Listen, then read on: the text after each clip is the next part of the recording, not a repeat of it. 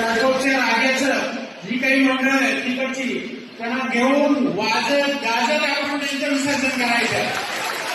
चारकोपचा पेशवा आहे, बरेचसे मंडळ आहेत की त्याला एकत्र घेऊन आपण सगळे तिथे हजर व्हायचं आहे आणि तिथे त्या गणपतींचं विसर्जन करूनच दाखवायचं आहे.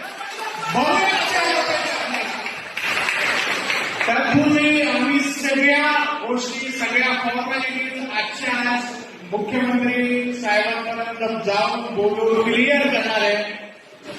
त्याच्यानंतर सुद्धा आपल्याला परमिशन दिली नाही तर जे होईल ते बघू. गणपती बाप्पा